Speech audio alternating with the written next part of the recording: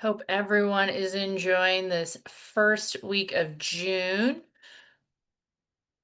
And thank you all for hopping on. I know there was a time change with the coalition meeting, with the end of school and thinking back to last June. We had some lower numbers on our last coalition meeting, so we wanted to bump it up to try to get everyone on that we could. There's also a farm to school meeting in Stevens Point that I think some folks will be attending. DATCAP's putting it on to celebrate farm to school success. If you're interested, I did hear that they can still take registrations, but that's happening next week. So wanted to catch everyone that we could. Let me just give it a few more minutes here. But in the meantime, I'm going to go ahead and drop in the chat our agenda. And sometimes we do this, sometimes I forget. But why don't you go ahead if you've got a minute, drop in the chat who you are, where you're from, and let's say because it feels like summer out there, what are you looking forward to most about summer? So just helping to, I know we've seen faces on and we got some new faces, so just to help people get to know one another. And once again, that's who you are, where you're from, what you're looking forward to about summer.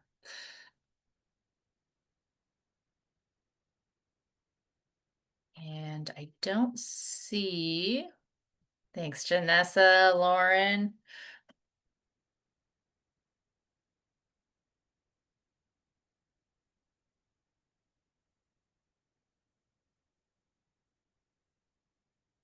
All right.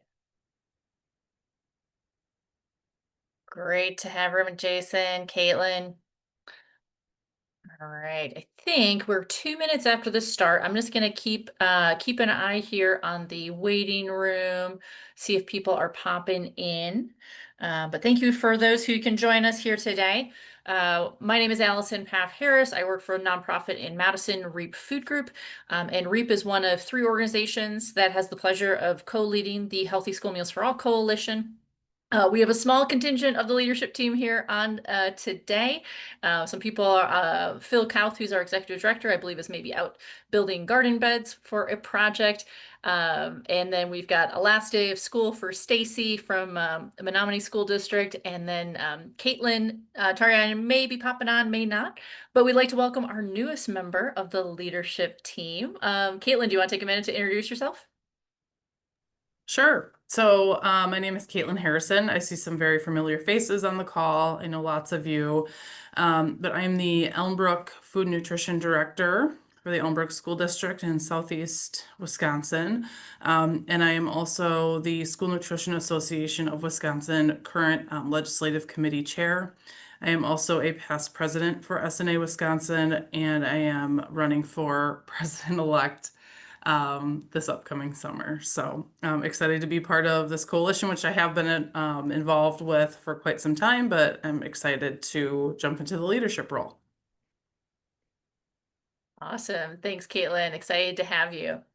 And I think we're just going to, if you all are popped into the agenda, Rep Hong is planning to join us, but I don't happen to see her in the waiting room just yet. But I do see another member of our leadership team hopping on. And so just to round out the group who runs the leadership team, we have Feeding America Eastern Wisconsin with Matt popping on. And then we also have Jackie Anderson of Feeding Wisconsin, who's not able to join us today. I believe they are on a media interview. But thank you all so much again for joining, and Matt just dropping the agenda in here for you. But we've got some updates, some discussion of what's going to be happening this summer, and also, as always, want to be able to take questions from all of you about what's happening in the state. But following the agenda, because Rep Hong is not on just yet, we're gonna skip down to the next agenda item. And we'll hopefully, Rep Hong will be hopping on and can give an update on the current state budget, as well as the Healthy School Meals for All bills that we've been chatting about. So I'm going to turn things over to Caitlin to talk about another bill that's talking about school nutrition in the state of Wisconsin. Caitlin, over to you. All right, thanks, Allison. Recently, an assembly bill was proposed talking about the ultra processed ingredients and specifically how those would affect or not affect school meal programs. So, there were two legislators from the state who put forth this bill. And as a little sidebar, this ultra processed ingredient bill is not new to the nation. There's lots of similar bills that are kind of floating around. You may have seen them here and there with other states. I believe it may or may not have started in California, but there's lots of states who are picking up on this. And so essentially, what the bill does is it would prohibit K-12 districts who operate a national school lunch or school breakfast program to serve ultra processed ingredients. And what that means is a myriad of things to lots of different people, but they've identified, at first, they identified 7 ingredients. So Allison has that link in there to that assembly bill. So you can take a look for yourself because I don't have all of those memorized. But 7 ingredients that they propose that they take out of the K-12 sector school nutrition programs. And so we heard about this through our legislative team at SNA Wisconsin and had lots of robust conversations about it. And first and foremost, the original bill was kind of vague as far as how it discussed who this bill would apply to. At first, it wasn't stated in there about national school lunch and school breakfast programs. It was very vague and just said, school districts. It also didn't include like private and parochial schools. So what our committee did was we took that back and reached out to the bill authors and said, is there some ability for us to have some say in this, to have some conversation with it? Because ultimately, our legislative team, we really felt like it was a great bill with the ingredients. We obviously want to serve the healthiest food possible. So, with the caveat of some of that language, we did support it. And we also did our due diligence and did some research. And not all, but most of the foods that we serve in K-12 is already free from these identified ultra processed ingredients. So for us, it was an easy one to support from the ultra processed ingredient side of things because we're already not serving a lot of those items. And again, we really feel strongly that we want to serve the best food possible to students. So with that, we definitely supported that side of the bill. But again, we reached out to the bill authors and asked for their assistance and if they would be open to changing the language to make sure that this covered all students across the state, not just some. And they were definitely amenable to that. So when they introduced the bill, they made some amendments to that to include all K-12 that participate in the National School Lunch and School Breakfast Program. So that was a lot. That bill has recently been getting a little bit of attention. Yesterday, the Senate Health Committee had this on their task list. And so they did have some people that testified on behalf of it. Not a ton, but I believe it was mostly the bill authors. So overarchingly, it seems like there's some support for this bill, and I would say that's pretty common across the nation.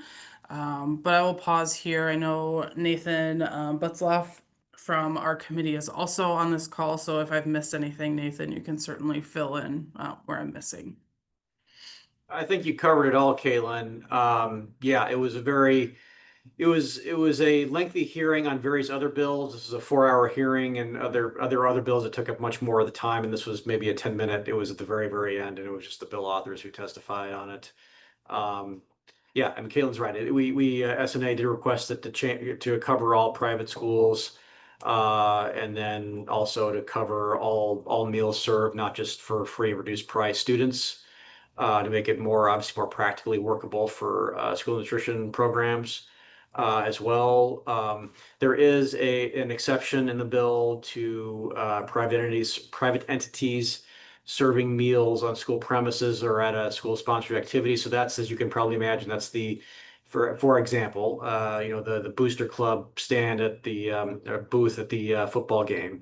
So people can still buy their Snickers bar and their Coke and that kind of stuff. And this is not going to prevent that from happening. And there are probably other examples, school stores, fundraisers, things like that, where that would apply. And then that would also change, their amendment would also change it to apply to private schools in those contexts as well. Nathan, I had a question off of that, and I'm curious, do you know, you mentioned the kind of the, uh, yeah, like at the football game, the food being sold. What about like food service management companies or like folks who are vending meals to schools? Do you know, like, they're not like the you've got a self-operated school nutrition program, and then you've got folks who are selling meals into a school. Is there any difference in that, or has there been any conversation around that? And maybe it's Nathan and Caitlin or others happen to know. I was just curious where that's sitting. I know that was one of the thoughts I had initially was, the vending. I'll just give you the vend. I'll just start with the vending machine example that, and I know that schools there was an agreement a number of years ago with the Clinton Foundation former President Bill Clinton's foundation. I can't recall what it's called, but there was some kind of agreement nationally speaking, and all of you probably know more about this than I do, to serve more healthy beverages and snacks and so forth in the vending machines. I don't know how if that applies to every school statewide here or not. But this would allow my read of this. This would allow for it would not apply those requirements to a vending machine, say, for example. Now, as far as a private entity operating within a school district, essentially providing these school meals, I don't think that would apply necessarily here. I mean, that would be ultimately up to the enforcement of DPI and the regulations that are drafted. I think the spirit here is folks know where this is going. Folks realize the intent here the legislative intent is to address school meals, just full stop. It's not, here's a carve out for private companies who are providing the foods and then are operating as a vendor within the school district. I don't think that's the intent at all. But again, we want to, assuming becomes a law, we would want to keep track of this in the regulatory process and make sure that that's absolutely clear. Thanks, Nathan. Mike, I see you have your hand up. Yeah, as far as that law applying to management companies, most of the management companies that are providing school lunch for schools do follow are in the NSLP, so they would apply to them. Thanks, Mike. Yeah, I think when I was initially reading, I was like, yeah, I think intent, and then like, is there ways of reading into it? So I guess I was curious. I appreciate thoughts. And just adding, my thoughts and 2 cents, and I'm curious what others. This feels like um, addressing supply chain and thinking about it in terms of healthy school meals for all, and what the work we're trying to do is, we know we need bipartisan support on this to move healthy school meals for all forward. And it feels like this is like a yes, and like, hey, this is helpful, but then it opens the door for that opportunity to say like, hey, but we also need support for funding for school meals and for being able to purchase from our growers.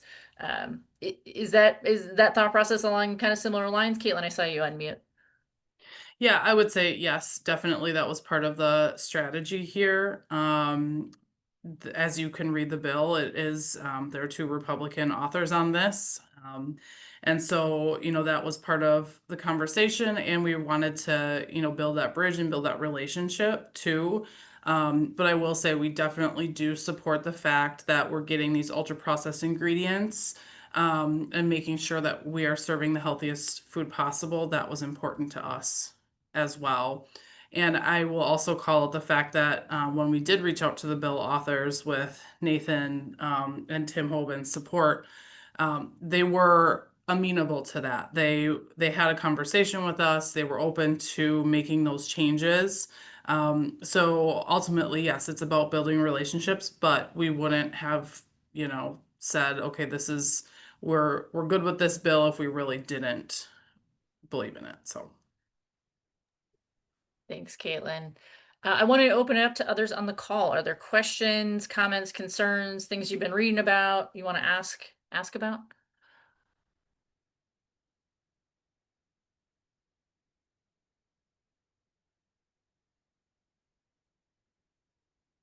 All right, hearing silence and also seeing that Rep. Francesca Hong was able to hop on. We're going to bump back up to the top of the agenda. And Rep. Hong, we love if you're able to unmute and share a little bit about like what's been going on at the state capitol. Share us more about what's been going on with the state budget, healthy school meals for all bills, anything else that we should be thinking about and knowing about. Thanks, Allison. Appreciate folks being on the call. And I caught the tail end of the conversation around AB 266. Just want to shout out the leadership team and others who have been following that bill. I will just note that I was I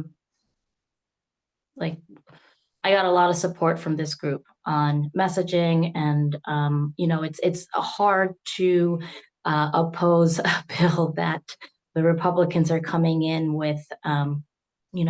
We shouldn't have things that we can't pronounce in our kids' food, and why are we poisoning our kids? And completely distracting us from the fact that the work that's happening in school nutrition departments all across the state, they are taking care of our kids more than the legislature has been. So I will note, still considering adding the free breakfast program as an amendment. I'm hoping Rep. Moses's office will meet with us. I don't anticipate an executive session to vote on this bill coming up soon. We thought maybe it was, since it got pushed up to a public hearing, that we would see an executive session sooner. But as of now, there's no indication from Rep. Kitchens' office, he's the chair of the Education Committee, to bring this bill for an executive session vote. Should it come, that's our opportunity for debate. During committee, they really just only want us to ask folks testifying questions. So that will be another chance for us to really uplift kind of the complications of this bill, as well as some of the actual resources that our nutrition departments and our kids need right now to make sure that they have healthy, delicious meals in their school, and that it's accessible to all kids. I did try to push very hard throughout the hearing how I was happy to hear that Rep. Moses was interested in healthy school meals and how we should be working together more. But as of now, the bill is still hasn't been pulled up for an exec yet, but I will let folks know when it does. In terms of a budget update, some of you may have seen the news yesterday. Unfortunately, the Republicans have walked away from the negotiating table. Unlike the last two budget cycles, the Republicans actually were in negotiations with Governor Evers about a budget prior to the executive session votes for the Joint Finance Committee. So it was unfortunate to hear yesterday that, as I call it, the budget negotiations blew up. And so what we anticipate happening is, like last session, the Joint Finance Committee will hold votes on different agency items, and we think that we may have a potential budget bill to vote on in the last week of June. I'll remind folks that the deadline for there to be a budget bill signed in is June 30th. And if there is not a budget bill, the funding that has been for the last budget session would continue at those numbers. So as of now, we're going to stay, what other coalitions have started to do is to continue to message that we want the governor to hold the line, that we want the governor's budget. There's going to be, I anticipate, some campaigns around vetoing a budget in full if it does not include funding for our schools, funding for higher education, or funding for childcare. I think Medicaid expansion, and then the Green Bay Correctional Institution. So there are going to be different campaigns around messaging on the bill as it pertains to healthy school meals for all. We don't anticipate it to be in the final bill. That hasn't changed too much, but that doesn't mean we let up on messaging about it. But right now, there's not a whole lot. We're working in uncertainty again, and if the Republicans bring the governor back to the negotiating table, I think that's a good sign that we can see some things coming in, that they'll make some concessions beyond their tax cut priorities, since they don't want to make investments anywhere else. But as of now, we can assume that we'll go back to how it's kind of run in previous budget sessions, where the Republicans will draft their own budget, and the governor will be left either to line item veto or veto it in full.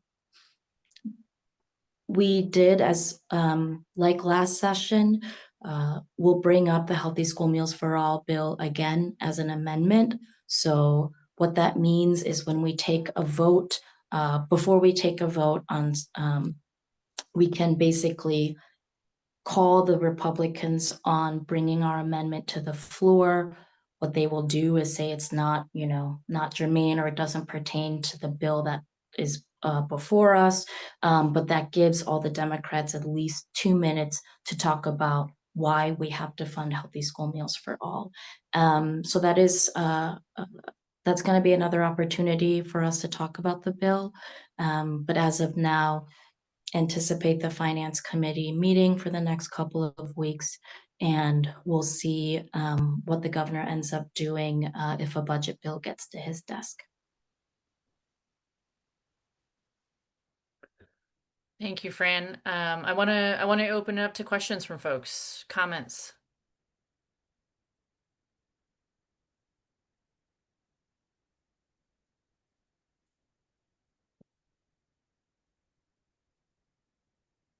Or even, how are folks feeling? Any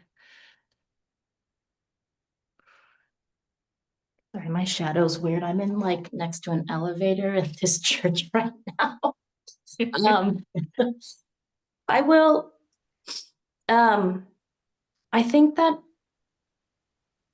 we can, it's really scary, I think, especially for our agencies, if the budget goes back to base and we're not seeing at least inflationary increases to what was the previous budget session. But this cycle is very different, again, because there's never been a budget session when Republicans are in danger of losing the majority. And so I think there's actually an opportunity here for all of us to really help to show the governor that we have his back if he's courageous and vetoes a bill in full that doesn't meet the needs of our kids. This is the year of the kid. Again, I'm grateful for all the work that the governor has done in putting forth a budget, but we can't be just thinking about February as like something that he did then. I think right now we're in a battle stage, and the call for a full veto of a budget and forcing the Republicans to come back and negotiate will give us an opportunity to get more out of it.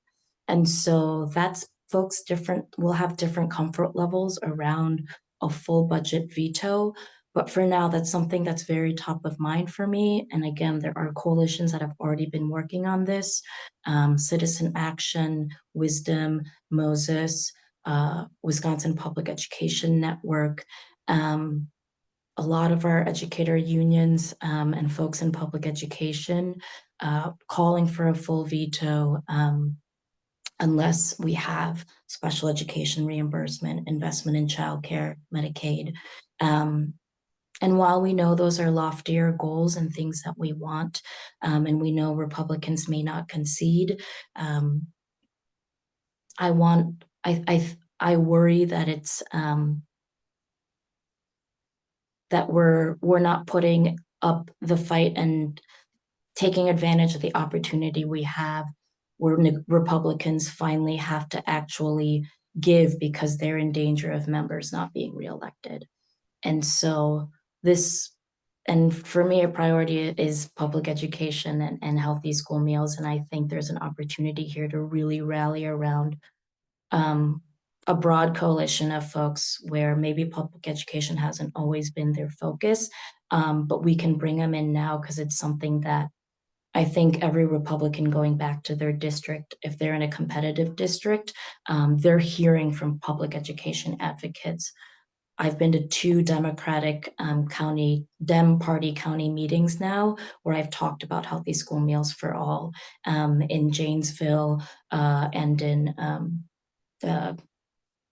Wild Rose, right? Folks are ready to fight for our kids, and so I'm encouraging people now to look at some of these other coalitions that are calling for a full veto, and consider, you know, it's asking the governor to hold the line, because I think we can get more.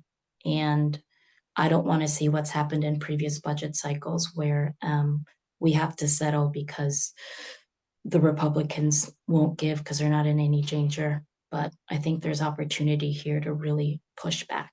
And so I'm having a lot of conversations with folks about a push for a full veto. How I'm just do going to put that out we, there. yeah, how do we support that? Like, how do members on this coalition call? Do we communicate and email the governor's office? Do we reach out to our representatives? How do you suggest that we support that? I think so there's a letter that went to the governor that I can share with folks on those veto demands. I think I want to try keeping it in a positive framing. So today we were just discussing telling the governor, it's called the Hold the Line campaign, but reaching out to the governor's office, definitely telling your legislator, because the last 2 cycles, the Democrats have, or last session, every Democrat voted no to the budget and the governor ended up signing it in. We don't want there to be bipartisan support for a budget that doesn't meet the needs of our kids. So I would focus on Democratic legislators and the governor. And if you are near a competitive district, and I can also share which districts those are, definitely continue to have, even if there was a coalition letter from Healthy School Meals for All calling for a full veto, that's something that legislators can use to continue to push on the governor.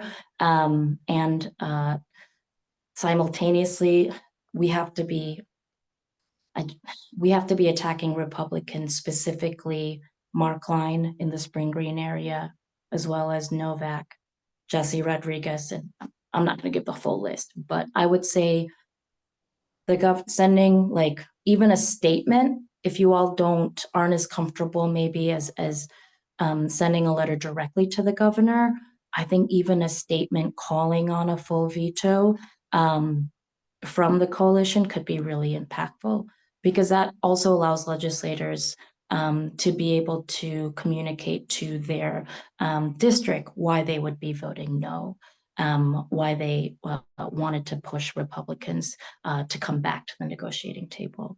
So right now, I think it's targeting Dems, Republicans in competitive districts, and then deciding if the coalition wants to write a letter to the governor directly or put out a press release or public statement saying, we expect a budget that meets the needs of our kids, and we reject any budget that doesn't include, special education reimbursement, funding for K-12 education.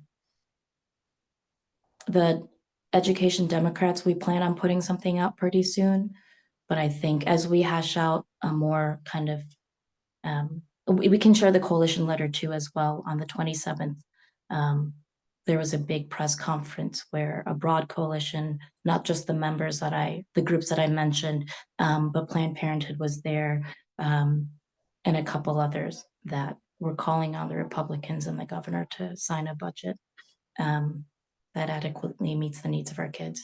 So I can share some messaging as well, but I would definitely focus on veto right now, a full budget veto. Thanks you, for Fran. that. Thanks, Kaylin. Thanks, Fran. Other questions, thoughts from folks on the call?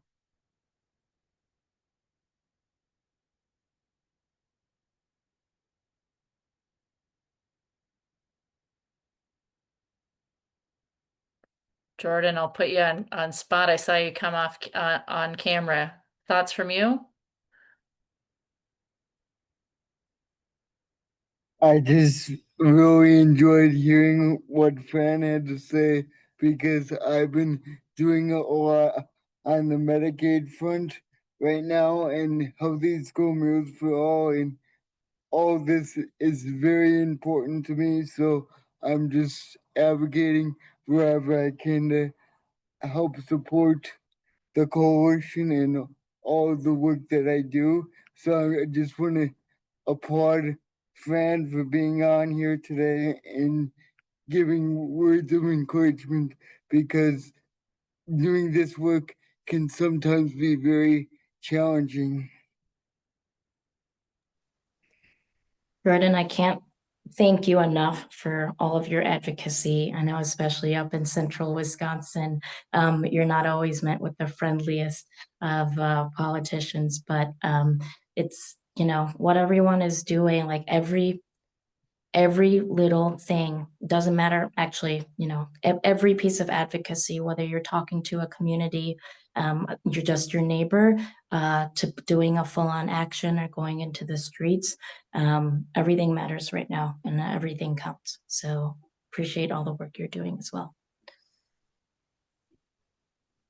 And I'm actually going to head back into a coalition call, and hopefully we'll be able to come out with some additional tools for folks who are interested in signing on to a broader letter on vetoing the full budget. Thank you, Fran. Thanks for being here and for all the information. And we'll be sure to collect those resources. Thank you. Thanks all. Take care. Thanks, Jordan, as well. I know Rep Hong's going to be Thank you. popping off, but any last questions or thoughts that we want to be, that folks want the, you know, the coalition or leadership team to be focusing in on?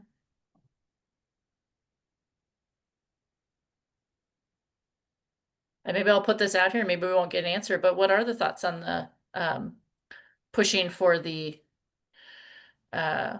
veto? Any thoughts on that? I'm just curious.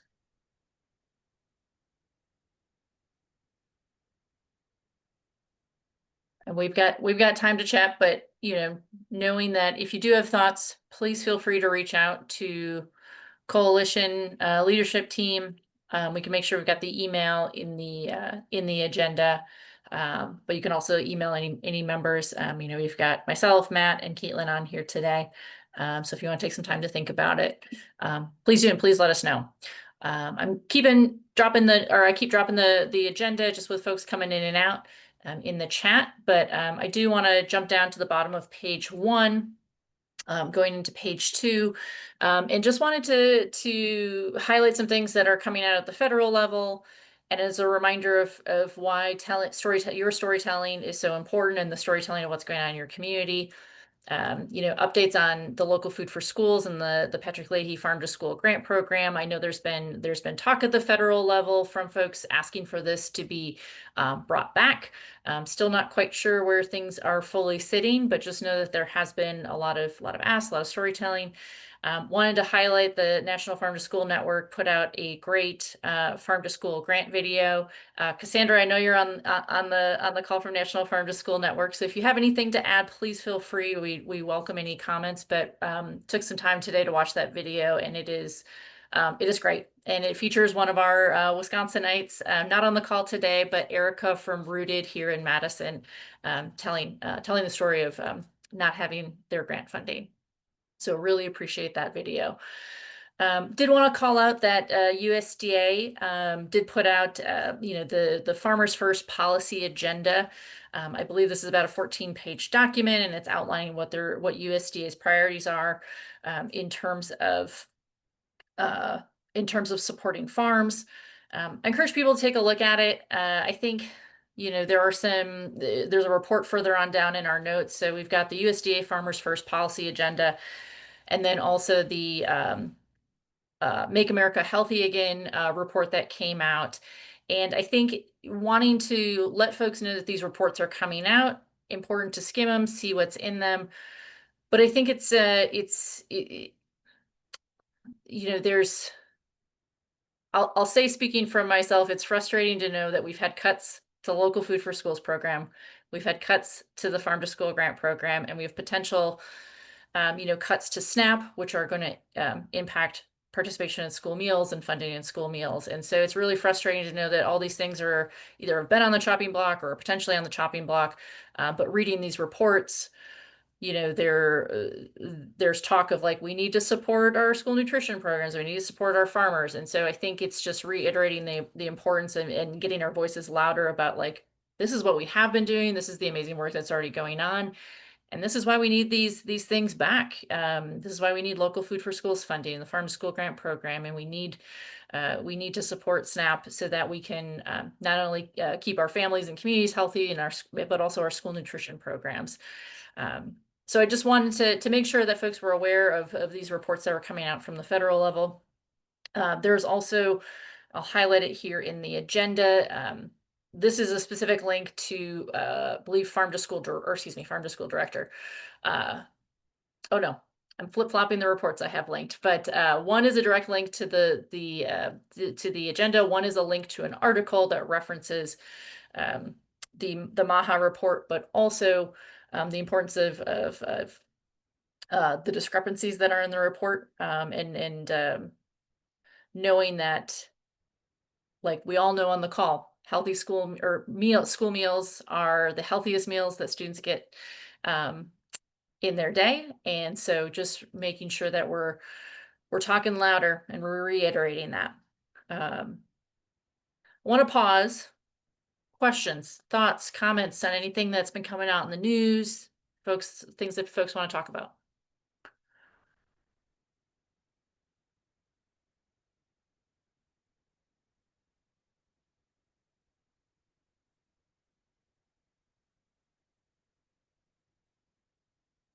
No? Okay. I can share a little bit of what Yeah, we're thinking about. please. Cassandra Bull, National Farm to School Network. So we believe that the fiscal year 2026 Patrick Leahy Farm to School grants are going to come out on time, if not soon. That's something we've been pushing for. So we feel good about that. Again, it was just the fiscal year 25 that was cut, and it was more so done because of the equity language in the request for applications. So we've been happy to see that in the farmers and families first, or whatever it's called, the farmer report from Secretary Rollins, it was mentioned as a key strategy. And I think just this week it's still being debated, but it does look like there's going to be additional discretionary funding on top of the mandatory $5 million. So we're excited to see that it's being funded pretty much as normal. And then also one other thing we put in our weekly newsletter is that Secretary Kennedy shared that he wants all states to be adopting farm to school programs, and like said it in the same sentence as MAHA. So that's something we're keeping our eye on. We know that the MAHA report that came out a few weeks ago was really just about the problems, and that the solutions report is coming out in August. So I think now is really a critical time for us to share that what we're doing is the solution and get it as part of that sort of strategy report, because I think a lot of funding and additional programs will be based on what they write there. That's where our head is at. Thank you, Cassandra.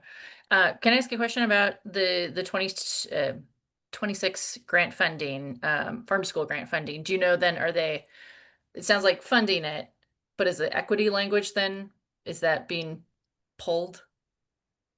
Yeah, I mean, I think that, so there's mandatory, I mean, this is all hearsay, but there's mandatory language about geographic diversity and maybe one other kind of equity, but there was additional equity language put in the RFA that's not mandated in statute, and I believe that that will be not included in moving forward. Okay, thank you. Want to open it up, questions, comments?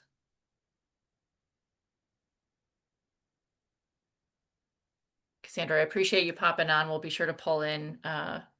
We appreciate the National Farm to School Network and all that they're doing with keeping on top of this, because there's a rapidly changing landscape on things, and appreciate you all passing along information.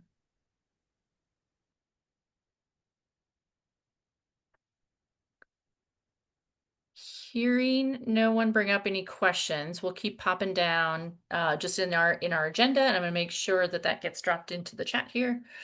I wanted to bring up and draw light to an update on how the SNAP funding cuts and their potential impact on FoodWise. So if you happen to go into the agenda, you will see then on page 3, I linked some language that I had received from Amber Canto, Director of Health and Wellbeing, who so oversees UW Extension, and just talking about how those proposed SNAP cuts are going to then impact the FoodWise education program here in the state of Wisconsin. We won't be reading through those one by one, but I did think it was important to be able to share that with everyone here. So just seeing those trickle down effects of what these funding cuts mean.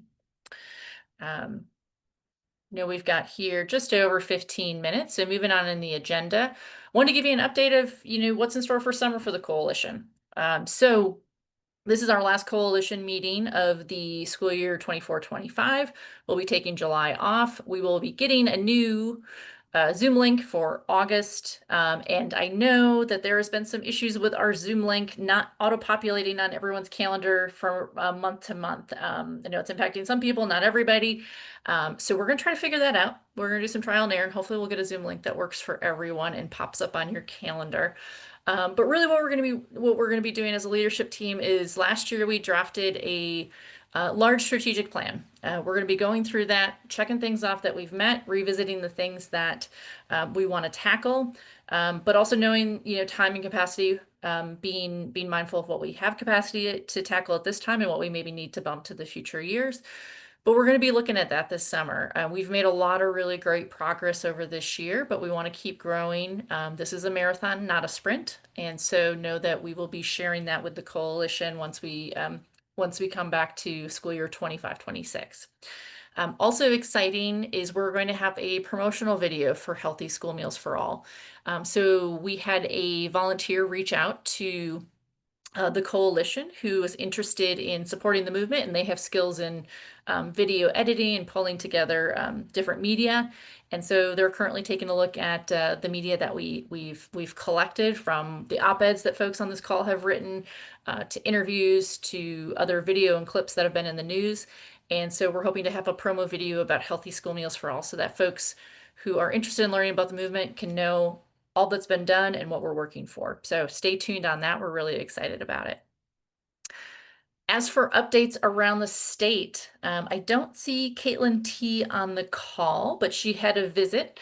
You can see from her representative coming up to Ashwaubenon. We've linked the article in there. So talking about she was able to showcase her school meal program and all that she's doing with growing hydroponic lettuce. I'm going to toss things back over to Caitlin for our next update because Caitlin had an exciting visitor to Elmbrook. And Caitlin, you want to share a little bit about that? Yeah, so we had Chef Dan Jacobs come and visit a couple of our buildings. If you're not familiar with Chef Dan Jacobs, he was recently on, was it Food Network? I don't know, Top Chef, and he took runner-up in that competition. But he also has a couple of really great restaurants in the Milwaukee area. And so maybe Allison knows this, how he got connected with Healthy School Meals for All, and really believes in our mission and the coalition. So he wanted to come in, talk to students about the importance of that, and just visit our school meal program. So he had the opportunity to do that here, visit a middle school and an elementary school, and then he also visited, we have a large scale hydroponic farm here as well. So we took him around there. It was really great to have a conversation with him and to see him interact with the students. I made sure that he was interacting with our staff because to me that's the most important part. But he was really good with the kids, talking to them about, finding their passion and making sure that they are thinking about the food choices they make. So that was great for him to interact with the students. The most beneficial thing I found from this was just the relationship building with him. He really does support our mission, and he really feels strongly about making sure every kid is fed in the state. So he's more than happy to elevate our cause at any opportunity that he can get. So if there's other ways to leverage that partnership, he's totally on board. So we should all maybe be thinking about ways to do that. We have extended an invite to our School Nutrition Association conference to him in Appleton. So we'll see where that partnership goes, but nice to have another person on our side and supporting our cause for sure. Awesome. Thanks, Caitlin. And if you get the chance, take a look at some of the awesome photos that are linked in the agenda. It goes to an Instagram post by the district. So fun to see those photos. And then also LinkedIn, because I saw it. And Mike, if you want to share a little bit, but I saw you had a really awesome video highlighting the work of Homan that was put out by Department of Public Instruction School Nutrition Team. Was that recently published, Mike? I feel like it just came out, but maybe I missed it. Yeah, I think it was probably about a month ago. And it was just to call attention to school meals and the good work that programs are doing throughout the state. Um, it was a lot of fun to do and pretty good video. There was a couple things that I wasn't real happy with, but whatever. I think it did what it was supposed to do, which was, let people know that people are out there doing good work and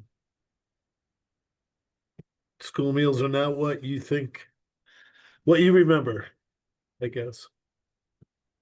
Well, I thought I had a chance to take a look at it. I thought it was great and fun to have so many different student voices and your staff Yeah, and hear from you as well. I'm very picky when I see myself on a video. I very critical of it. So We're all our worst critics, but I thought Yep, it was great, exactly. and thanks for all that you do, and these are just really Wisconsin's got some really awesome stories to share about the work that's being done. So thank you. Without a doubt. Couple other updates I want to share with everyone. Caitlin mentioned the School Nutrition Association conference is coming up here in later this month in June. It's going to be in Appleton. Definitely check it out. I think registration is still open, so if you're interested in popping up, there is a link in the agenda.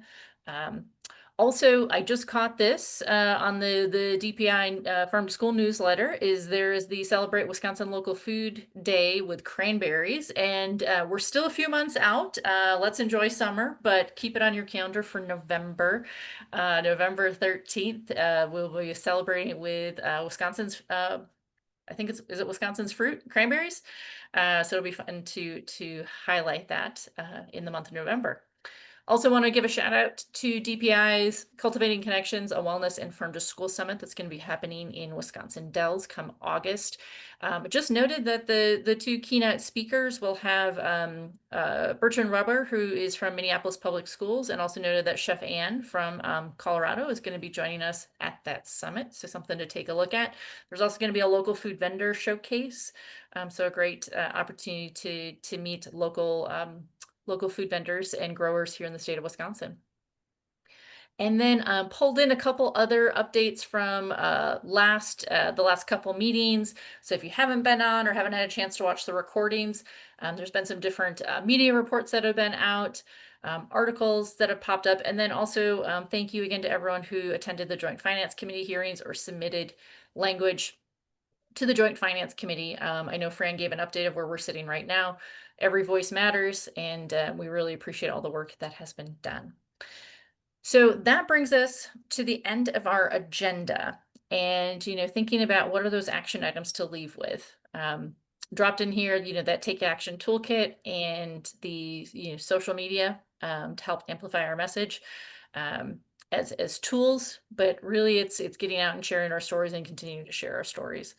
But I do want to open it up. If there are any final thoughts, questions from folks, next steps. I mean, it's been a roller coaster of a year. We've had a lot going on, and just want to check in with everyone. Thoughts, questions, concerns, ideas for where we want to go.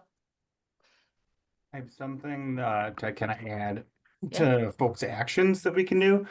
So I know that there's a lot happening in Washington, D.C. There's a lot happening in Madison. But if you're feeling that you're not sure about like where you can make a difference and where you can make effort, like I would in your own school district, community eligibility, like the deadline to apply, if your district is one of those that are in a position where it could be really helpful, deadline to apply is June 30th. And this is, it grows every single year. And one of the things that we're all incredibly thankful for is that any threats to community eligibility got pulled from budget reconciliation talks, where they were talking about upping the threshold to be able to be eligible for this program. And it is one tool in the tool belt to make sure that on a school level or a district level, that they can find ways to do healthy school meals for all without statewide policy. So I know there's a million things to advocate for right now, but if you're looking for something and it works for your district, like take a look and encourage them to apply or add a school. Thank you, Matt. We'll be sure to drop in the resources from DPI on community eligibility provision in the agenda, or in the agenda/notes. Any other last thoughts before we depart for today?